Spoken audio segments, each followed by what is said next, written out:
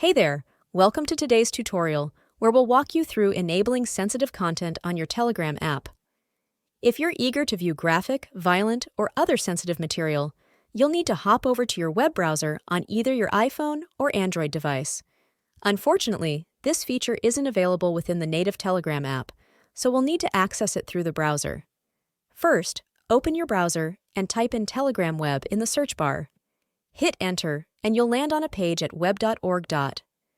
This is essentially the web version of Telegram, which is what we need for enabling sensitive content.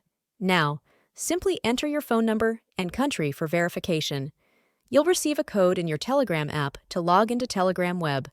Once you're logged in, you'll see all your Telegram chats and conversations. Now, let's enable sensitive content. Tap on the three horizontal lines at the top left, then click on Settings in the menu. Scroll down to find the Privacy and Security option and tap on it. Finally, scroll all the way to the bottom of the page until you see the Sensitive Content section.